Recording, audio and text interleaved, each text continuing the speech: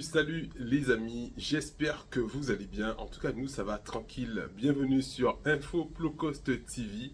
Je vais vous faire un petit débriefing de hier, de l'action qu'on a menée avec le LCDM à Sainte-Anne dans cette fameuse résidence lotissement où certains riverains ont bloqué certains accès pour ne pas avoir accès au littoral. Donc ça se fait effectivement maintenant, enfin, depuis un moment, mais on le constate de plus en plus en Guadeloupe. Donc on est alerté par WhatsApp et tous les autres biais de communication que la population a recours avec nous pour nous demander de mettre en lumière et d'amener effectivement notre expertise et nos experts pour apporter des solutions à ça.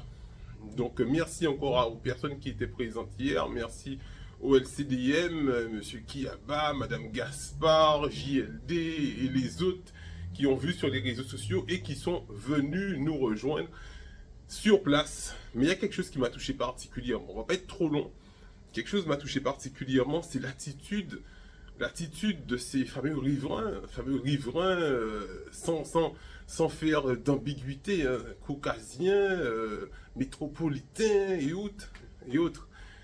Les amis, on est des frères. Moi, j'estime que la race humaine, il y a une race humaine.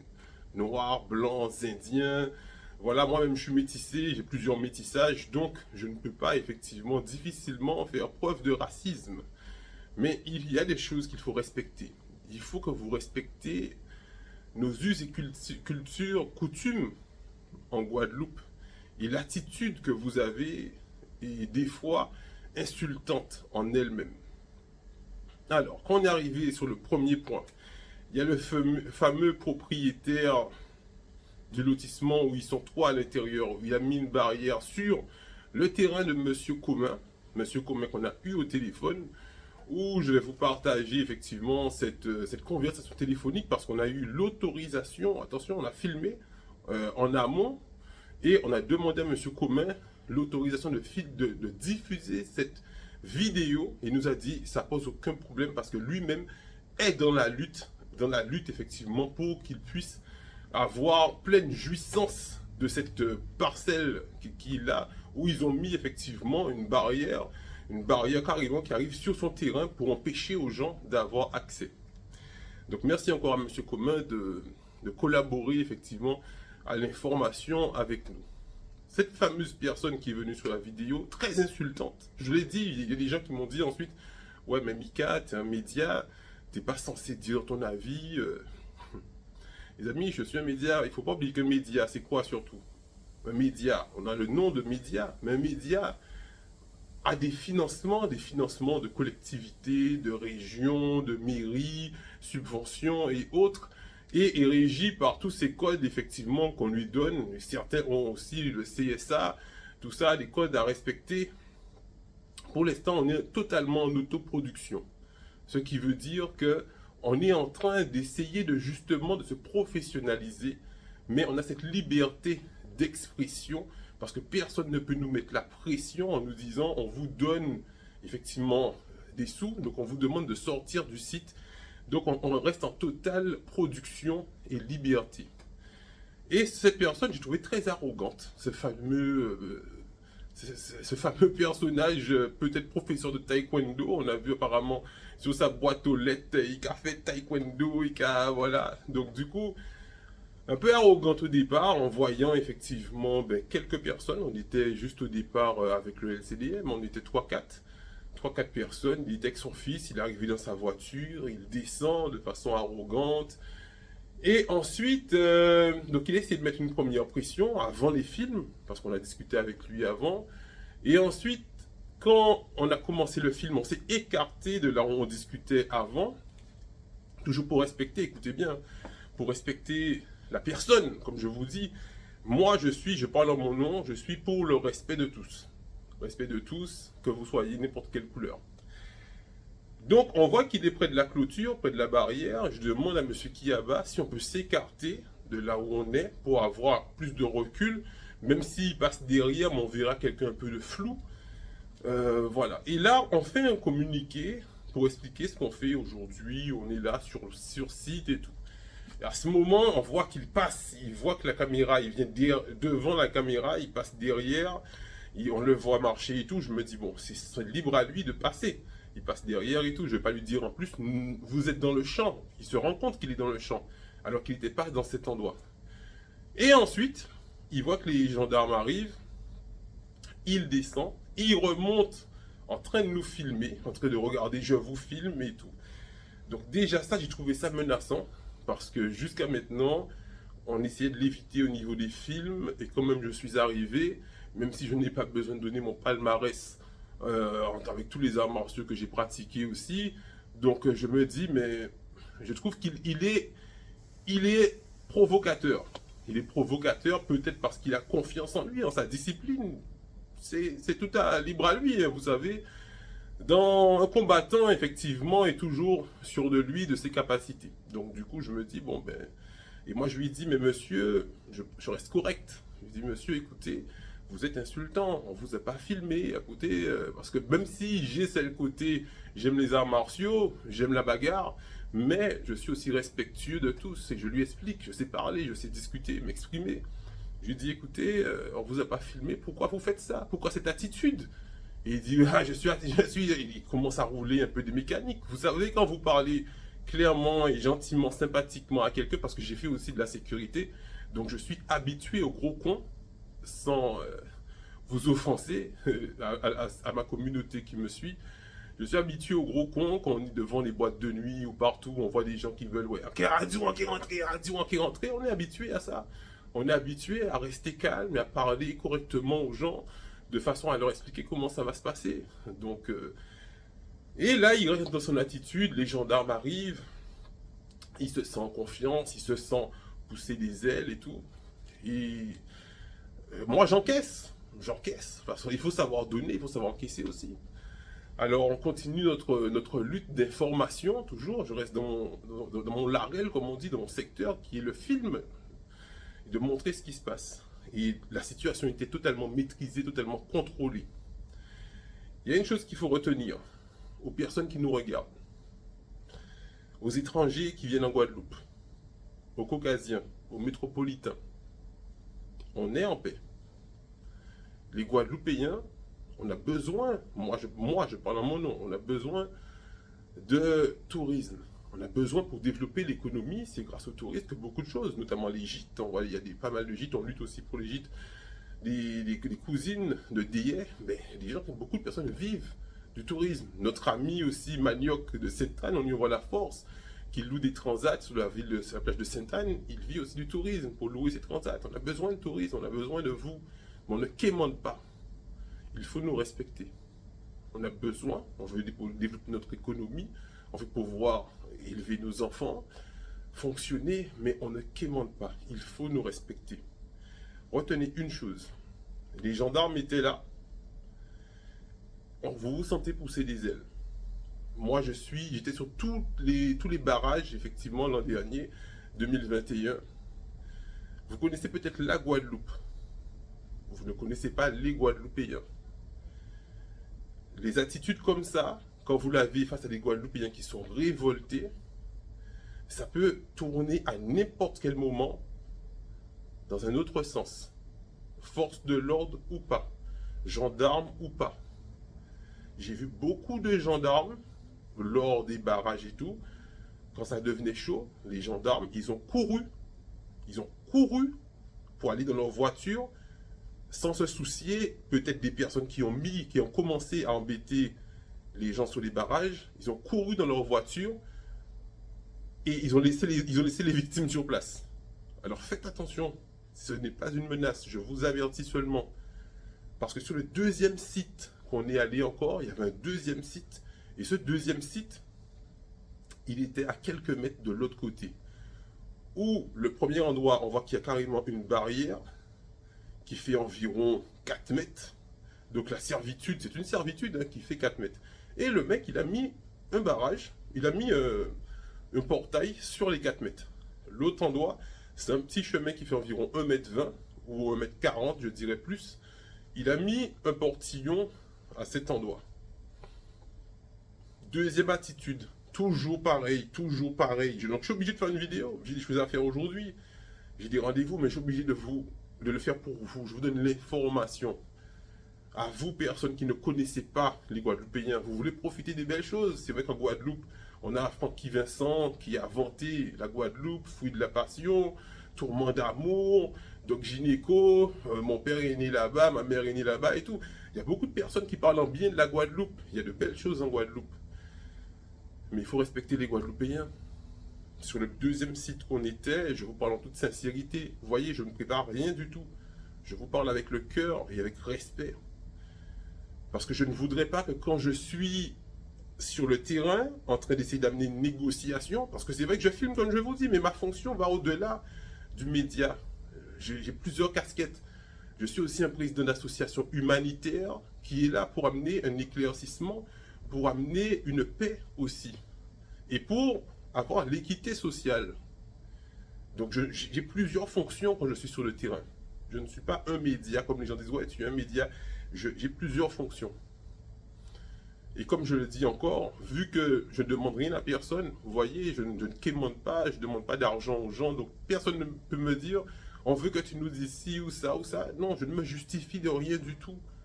Quand j'ai besoin de vous communiquer quelque chose, je vous communique comme un homme. Je n'ai pas à être imposé de certaines choses.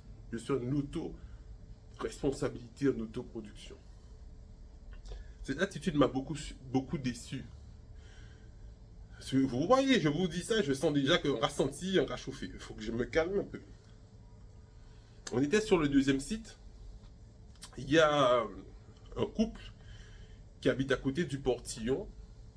Ils sont sortis, ils nous ont vus à l'extérieur. On n'est pas allé les voir, on est resté. On est venu faire le constat du portillon.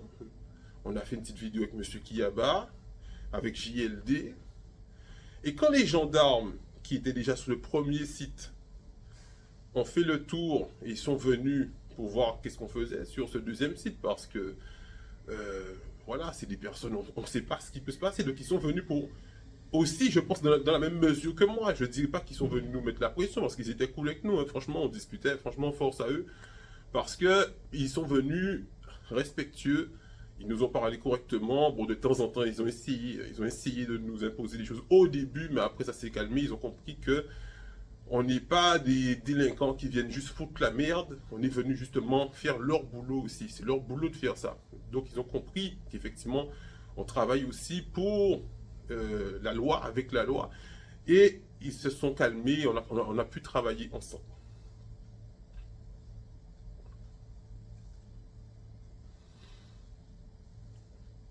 Quand ils ont vu les gendarmes arriver, ce couple, ils étaient dans leur grande villa, vue sur la côte. Ils se sont permis, c'est eux, on a eu l'information que c'est eux qui ont mis le petit portillon. C'est la maison qui est à gauche. Ils ont mis le petit portillon pour empêcher aux Guadeloupéens d'aller à l'extérieur. Et là, on les a vus, ils ont vu les gendarmes arriver, ils sont sortis, ils ont sorti leur gros 4x4, un peu comme un style, ils sont dans un tank. Quand ils sont sortis, j'ai l'impression qu'ils se sentaient dans un tank. Dans un tank, donc rien ne peut leur arriver. Ils sont dans une voiture blindée. Et la femme de cet homme, écoutez bien, la femme de cet homme, elle nous voit avec des gendarmes entre nous en train de discuter. On était un petit peu plus nombreux, quand même, mais pas trop, hein.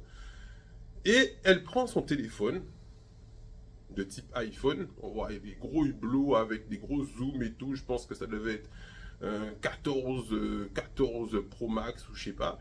Elle sort son gros téléphone et de la voiture, en tant que passagère, elle se met un peu le bout machin en forme arrogante, en train de nous faire des signes avec les mains, genre je vous filme et tout, et en train de nous filmer. Alors que je n'avais pas encore commencé les films, j'étais pas en train de filmer. C'est pas genre j'avais un film où je les filmais ou tout ça, tu vois. On était en train de discuter avec les personnes qui étaient sur place. Et on la voit en train de nous filmer d'une façon arrogante, d'une façon je prends vos visages, je prends vos têtes, je prends votre image et je vais faire quelque chose de mauvais avec, je vais vous faire du sale. Et même moi qui suis un média qui a filmé tout le monde, mais je ne filme pas les gens à leur insu. Vous voyez, quand je suis sur le terrain, j'essaie de demander aux gens par respect, est-ce que vous voulez parler, est-ce que tu vois. Quand j'ai vu ça, j'ai bouillonné aussi. J'ai bouillonné. Pourtant, je suis quelqu'un de calme, hein. Je suis un non-violent. Hein. Je suis un non-violent. Mais j'ai bouillonné aussi. Et je peux vous dire que si ce genre d'attitude, de provocation que le premier monsieur du taekwondo et cette dame-là ont eu, a montré que je vous filme, et voilà, je vous filme et tout, je peux vous dire, faut pas faire ça, les amis. Faut pas faire ça, parce que moi, j'ai un contrôle. Comme je vous dis, les arts martiaux vous apprennent surtout le contrôle. À ne pas taper à tout va sur... Voilà, on tape vraiment en dernier recours.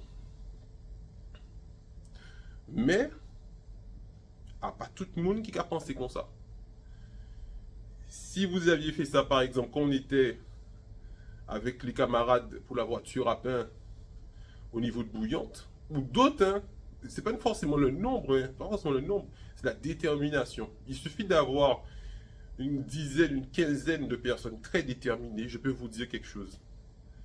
Les gendarmes n'auraient rien pu faire. Votre tank là, qui 4x4 tank que vous sentez en protection parce que la voiture a donné l'impression d'être, comme je vous dis, une espèce de gros tank. Ils avaient des planches de surf à l'extérieur. Tu sens que c'est des gens qui vivent dans une aisance. C'est bien qu'en face à eux. Ils ont bossé dans leur vie, ils doivent profiter de ça. Mais n'ayez pas cette arrogance vers les Guadeloupéens qui luttent. N'ayez pas cette arrogance de vous montrer supérieur, de vous montrer, moi j'ai l'opulence, vous êtes rien, vous êtes des sous-merdes. Et je me permets de vous filmer, je ne vous connais pas, je ne vous parle pas. Vous êtes là depuis une demi-heure, je ne suis pas venu savoir qu'est-ce que vous avez à vendre. Mais je suis là et je vous filme. À votre insu. Je peux vous dire, ce genre d'attitude, il ne faut pas le faire. Faites-le passer à tous vos amis. Et pas que les Caucasiens, parce que je pense qu'il y a des Guadeloupéens aussi qui peuvent faire. C'est pour ça que j'ai dit toutes les personnes. Mais ça, c'est une attitude plus des personnes qui ne connaissent pas les Guadeloupéens. Et des personnes qui ne respectent pas les Guadeloupéens. Mais il y a des Guadeloupéens aussi qui ne respectent pas les Guadeloupéens. Ils sont en minorité, mais il y a des Guadeloupéens qui ne respectent pas aussi les Guadeloupéens. Ça, il faut le dire. Mais en général, c'est surtout des personnes qui viennent et qui se sentent un peu pousser des ailes, qui ne connaissent pas la population. Moi, je vous dis que les gendarmes n'auraient rien fait.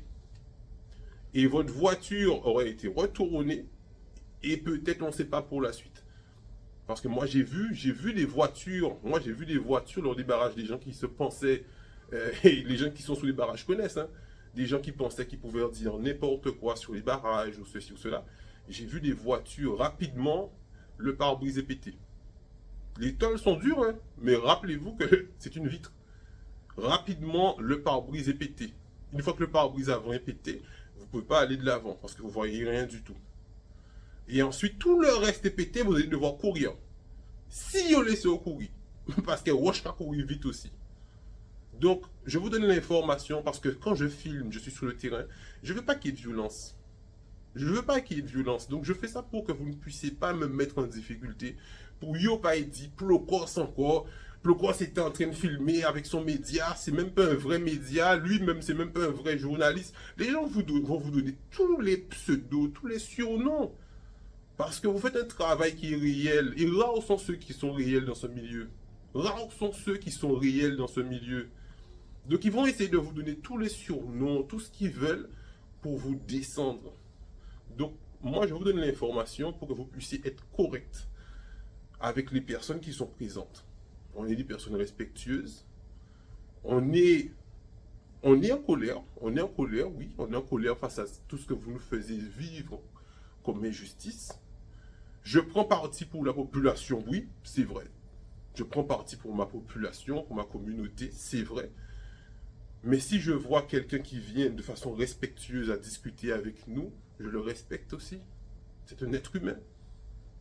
Et je demande aux personnes qui viennent avec moi aussi de le respecter. Ça nous arrive aussi des fois de descendre sur des personnes qui sont des élus ou qui sont des Guadeloupéens. Mais on est en opposition avec eux aussi. Donc ce n'est pas un problème de race. C'est un problème de personnes qui ne respectent pas la Guadeloupe. C'est un combat qu'on mène. Moi, je suis effectivement nouvellement dans ce combat depuis 2 ans. Donc, je donne plus de respect encore aux personnes qui ont cette lutte depuis longtemps. Hein. Ces personnes qui nous instruisent. Et comme je fais énormément d'heures sur le terrain, donc effectivement, on va dire que je suis en formation accélérée parce que je suis toujours sur le terrain. Je suis toujours sur le terrain, donc j'apprends peut-être beaucoup plus vite. Mais je vous dis, faites attention à votre attitude. Votre attitude quand on est sur le terrain, soyez respectueux. Soyez respectueux. Parce que ensuite, et comme je vous dis, les personnes qui sont déjà, ils arrivent, ils sont énervés. Rares sont ceux qui ont peur de faire des gardes à vue ou même de la prison. Hein.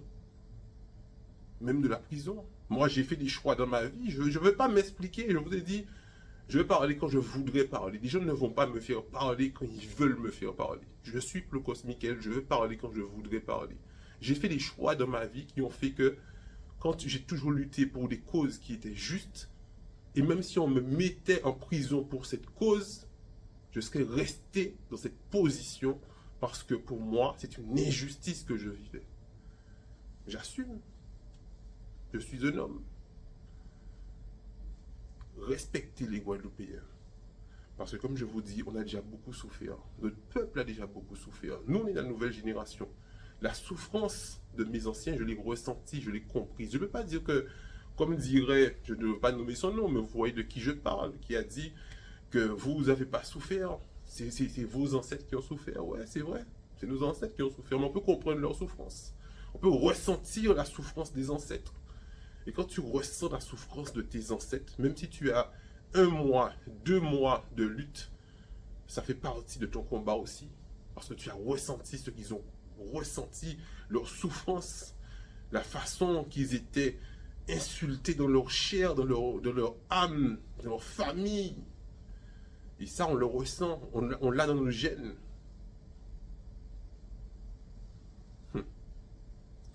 Les amis, je ne vais pas être plus long. Merci encore d'avoir écouté cette petite émission. Je vous dis à bientôt. Chaud.